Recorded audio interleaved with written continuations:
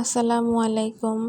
আমার তো ক্লায়েন্ট এমনও কিছু আছে যে বলে, আপু 4টা কাপ কেক নিব, 440 টাকা, এক একটা 110 টাকা করে। আমি যখন বলি আপু 400 টাকা দিও, 40 টাকার দরকার নেই।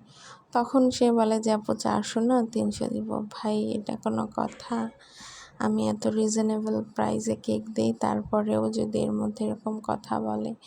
আর এই কেকের প্রোডাক্টগুলো এত সস্তায় তো কেনা যায় না, সব ভালো ভালো প্রোডাক্ট দিয়ে এই কেক করতে হয়।